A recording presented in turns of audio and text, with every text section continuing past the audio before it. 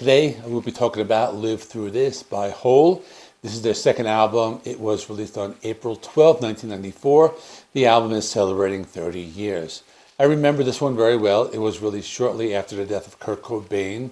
I always thought it had a sound similar to Nirvana, with the use of the clean guitar tone and the softer vocals that were contrasted with the distorted guitars and heavier screaming vocal style. There's a lot of history with this album. The band changed their sound to a more commercial style as opposed to their first album, which had more of a noise rock sound. The album was produced by Sean Slade and Paul Q. Calderi. They produced many alternative acts in the 90s, such as Pablo Honey from Radiohead, and they were the duo that was behind the song Creep. The album was also mixed by Scott Litt, as well as Jay Mascis, the frontman of Dinosaur Jr. Later in this video, I will be talking a lot about the lyrical themes on this album. Some of the themes are motherhood, anti-elitism, and violence against women. The album's title comes from a quote from the movie Gone with the Wind from 1939. I'll also talk about how the album performed and what the critics were saying about it. There was some controversy with the timing of how the album was released just after Kurt's passing and whether or not he helped ghostwrite the album. This is also the first and last album with their bass player, Kristen Pfaff, who was a cellist and classically trained musician. Unfortunately, she died 2 months of an overdose after the release. Let me start with some history. The band released Pretty on the Inside in 1991. The album was not very big, but it sold well in the US and the UK.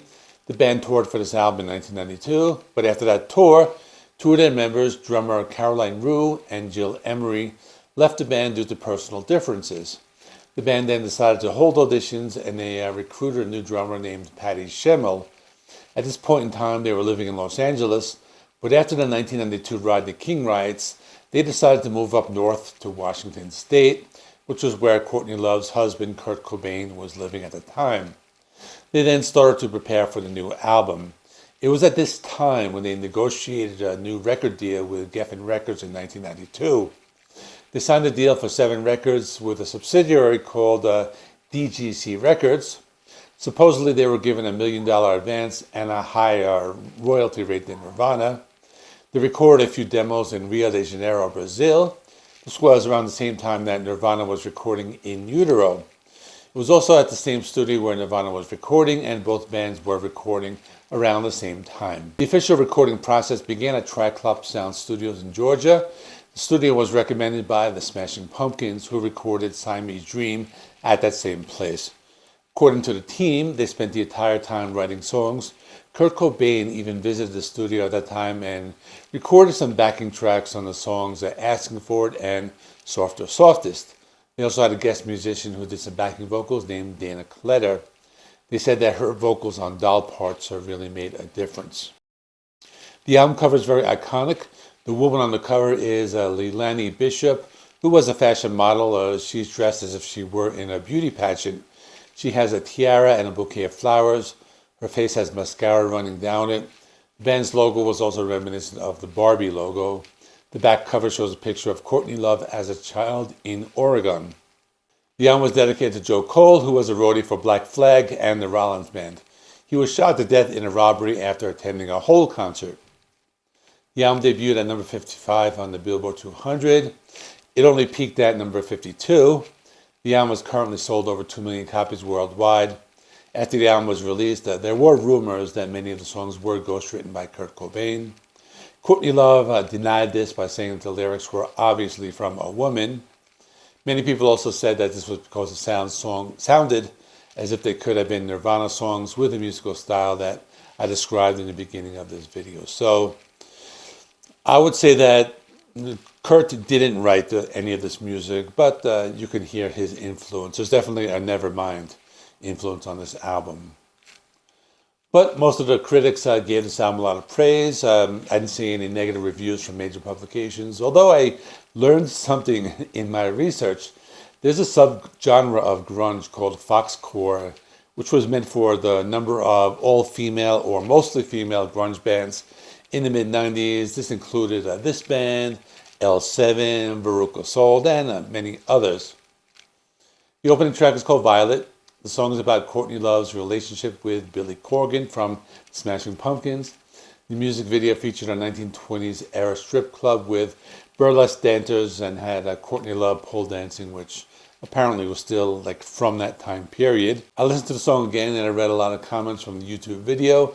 A lot of women were making comments saying it was very relatable and that there were many lines in the song, such as when he gets, or when she gets what she wants, it's he never wants it again. That line in particular hit home for them. So this is followed by Miss World. The song is about an obsession with self-image and substance abuse. The idea is about a person who feels ugly on the inside but wants to be beautiful on the outside. The music video shows the band playing the song, and the band is at a beauty pageant. Courtney Love is one of the contestants. The music video was influenced by the movie Carrie. The song is a classic. It has the typical formula with the clean guitars and a louder chorus, but I think this one is one of the best songs on the album. Plump is next. The song is pretty underrated. It has a very energetic guitar sound. There's a softer section in the middle that I thought was very good. The lyrics seem to make lots of references to being a mother and the stress that comes along with it. Asking For It is a true story where Courtney Love jumped off the stage and the fans started to tear off her clothes, which I think is kind of messed up. To be honest, this pissed me off when I read it. I would have punched that person in the face if I saw someone doing that. Musically, this song is a little more laid back than many of the others. Courtney Love has more of a softer singing style, but she lets out some of her screams in the second half of the song. Jennifer's Body is a song about a woman's kidnapping and dismemberment. It's also been interpreted as being about violence against women's bodies. I read a few comments about people thinking this was a song about a movie that came out called Jennifer's Body. I think it had Megan Fox in it, and the song was not in the movie. People were saying it was a wasted opportunity. Doll Parts is a song about love, rejection, and unrequited romance. Courtney Love later said that the song was about Kurt Cobain and how she thought that he did not like her. The music video has lots of images of dolls and can be considered to be kind of creepy. This has always been one of my favorite songs from the album.